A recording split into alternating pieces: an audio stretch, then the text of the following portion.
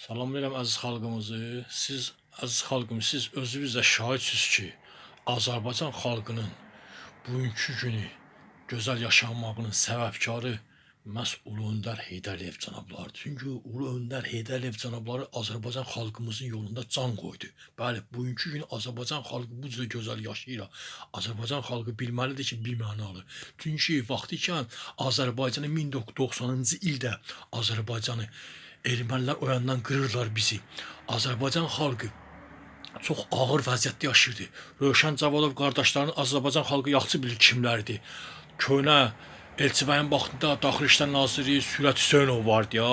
Daxili İşlər Naziri Elçibəyin vaxtında. Siz özünüz də bilirsiniz Sürət Hüseynov nələrdən çıxırdı. Rövşən Cavalov qardaşlar Azərbaycanda qan eləyirdilər, fiqan eləyirdilər. Azərbaycan xalqını qırırdılar. Bəli, Azərbaycan xalqı ağır vəziyyətdə yaşayırdı. Azərbaycan xalqı sönmüşdü. Azərbaycan xalqının gözlərinin yaşı hər gün qurumurdu. Azərbaycan xalqı o qədər ağır vəziyyətdə yaşayırdı. Məhz ulu öndərimiz Azərbaycan hakimiyyətinə gələndən sonra 1990-cı, 91-ci ildə, 92-ci ildə, 91-ci, 92-ci ildə Azərbaycan xalqının üstündən qara buludları götürdü, müharibəni saxladı Ulu Öndər Heydər Əliyev cənabları. Ulu Öndər bizim üçün çox iş gördü. Biz Azərbaycan xalqı dərk edin, bilməliyik ki, bizim bugün gözəl yaşamağımızın səbəbkarı məhz Ulu Öndərimiz Heydər Əliyev cənabları olub. Çünki Ulu Öndər Azərbaycan xalqının bugünkü günü xalqın yolunda can qoydu Ulu Öndər. Bəli, o Heydər Əliyev cənabları tarix yazdı. Azərbaycan sönmüşdü. Azərbaycan üstünü qara buludlar almışdı. Azərbaycan ağır vəziyyətdə yaşayırdı. Analarımızın göz yaşları Qarabağdan nə qədər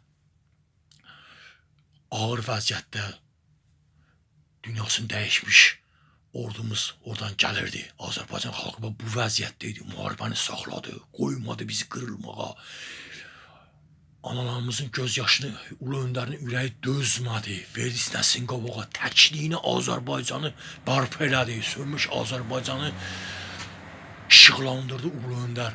Azərbaycanda o qara düşmənlər vardı Azərbaycanın içində. Rövşən Cavalov qardaşlarını götürdü, təmizlədi. Sürət Hüseynovu götürdüydü. Bəli, çünki Azərbaycanı istədiyi adamları öldürürdülər, döyürdülər, söyürdülər, öldürürdülər. Döymə ona qalsın, öldürürdülər Azərbaycan xalqını. Rövşən Cavalov qardaşları, Sürət Hüseynov, Daxili İşlər Naziri idi onda. Yadınıza salın, əziz xalqım, bizi kim qutardı? Məhz Ulu Öndərimiz qutardı da. Bəli, Ulu Öndərimiz bizi qutardı da, əziz xalqım. Bizi işıqlı həyata qaytardı. Bizim hamımız Azərbaycan xalqımız, bütün cavanlar, mən də olmaq olan içində şərti ilə hamımız Qarabağda qırılmışdıq indi. Azərbaycan sönmüşdü, Azərbaycan qoymadı Ulu Öndər bizi Qarabağda qırılmağa. Ona görə biz bugünkü günü Ulu Öndər Heydər Əliyev cənablarına biz həyatımızı borcluyuq. Bütün gənclər, Azərbaycan nə qədər gənclər var ha. Çünki onun sayəsində biz sağ qaldıq. Müharibəni saxlamasaydı Ulu Öndər, biz bugünkü günü ailəmizin yanında qalmazdıq. Biz bu dəqiqə torpağın altındaydıq.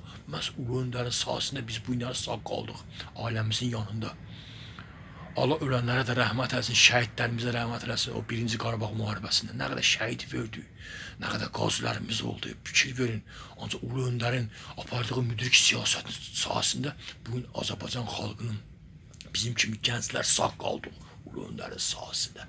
Bəli, buna görə biz məhz cənab prezidentimiz, dünya lideri, nəhəng liderimiz İlham Əliyev cənablarına biz qiymət verməyə hər bir Azərbaycan xalqı bacarmalıdır. Çünki Ulu Öndərin oğludur, müdrik liderimizin oğludur İlham Əliyev cənabları. Bəli, siz özünüz də şahidsiniz də əziz xalqım. Mən faktla danışıram mən. Nə ağır vəziyyətdə biz yaşayırdıq.